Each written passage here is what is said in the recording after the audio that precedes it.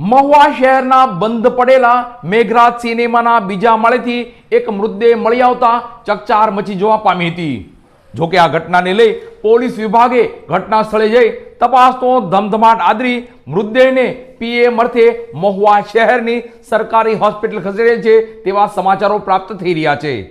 જોકે આ મૃતદેહ કોહવાઈ ગયેલી હાલતે હોય ફોરેન્સિક પીએમ અર્થે ભાવનગર ખસેડેલ છે તેવા પણ સમાચાર પ્રાપ્ત થઈ રહ્યા છે।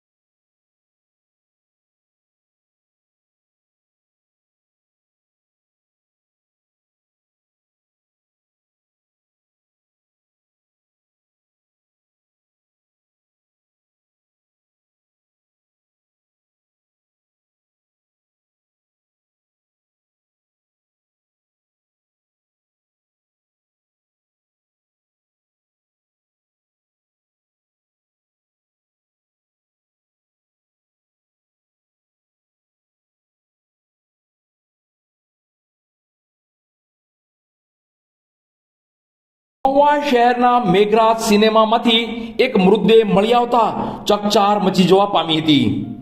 કોહવાઈ ગયેલી હાલતે મળેલા મૃતદેહને લઈ પોલીસ વિભાગે તપાસ હાથ ધરી છે તેવા સમાચારો પ્રાપ્ત થઈ રહ્યા છે। ગઈકાલે શુક્રવારના રોજ સાંજના સુમારે મહુવા શહેરના બંધ પડેલા મેઘરાજ સિનેમાના બીજા માળેથી એક કોહવાઈ ગયેલ હાલતમાં મૃતદેહ મળી આવ્યો હતો।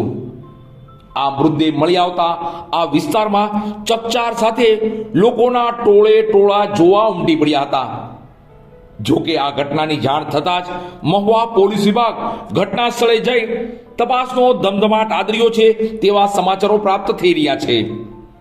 આ મૃતદેહ અજયભાઈ નાનજીભાઈ સોલંકી નામના યુવાનનો છે તેવા સમાચારો સૂત્રો પાસેથી પ્રાપ્ત થઈ રહ્યા છે અને તેના પરિવારજનો પાસેથી એવી પણ માહિતી મળે છે કે આ અજયભાઈ નામનો યુવાન છેલ્લા કેટલાય દિવસથી ઘરે આવ્યો જ નથી અને તેના પરિવારજનો પણ અજયભાઈની શોધખોળ કરી રહ્યા હતા। ત્યારે ગઈકાલે અજયભાઈ સોલંકીના કોહવાઈ ગયેલ હાલતમાં બંધ પડેલા મેઘરાજ સિનેમાના બીજા માળેથી મૃતદેહ મળી આવતા ચકચાર મચી ગઈ હતી અને તેના પરિવારજનો પણ પરેશાની સાથે રો કકળ સાથે દુખી થઈ રહ્યા છે। આ ઘટનાને લઈ પોલીસ વિભાગે મૃતદેહને પીએમ અર્થે મહુવા શહેરની સરકારી હોસ્પિટલ ખસેડેલ છે। પણ આ અજયભાઈના મૃતદેહ મળતા અનેકો સવાલ ઊભા થઈ રહ્યા છે। અજયભાઈ ત્યાં શું કામ ગયા છે? તેને કોઈ લઈ ગયું છે? તો બીજી તરફ શું અજયભાઈનું મોત કુદરતી છે કે અકસ્માતે થયું છે કે અન્ય કોઈ બાબતે અજયભાઈનું મોત થયું છે? તેવા અનેકો સવાલ હાલ ચર્ચામાં છે। જોકે આ ઘટનાને લઈ પોલીસ વિભાગે તપાસનો ધમધમાટ આદર્યો છે। તો આ બનાવને લઈ મેઘરાજ સિનેમા વિસ્તારમાં ચર્ચાઓ સાથે ચકચાર મચી જવા પામી છે। અજયભાઈનો મૃતદેહ કોહવાઈ ગયેલી હાલતે હોય ત્યારે સરકારી હોસ્પિટલ પ્રશાસન દ્વારા અજયભાઈના મૃતદેહને ફોરેન્સિક પીએમ માટે ભાવનગર ખસેડેલ છે તેવા સમાચારો હોસ્પિટલ પ્રશાસનના સૂત્રો પાસેથી મળેલ છે। અજયભાઈ સોલંકીના મોતને લઈ હાલ તેના પરિવારજનોમાં શોકની લાગણી વ્યાપી જવા પામી છે। જોકે અજયભાઈના મોતને લઈ ફોરેન્સિક પીએમ અને પોલીસ વિભાગની તપાસ બાદ જ સાચું કારણ જાણવા મળશે।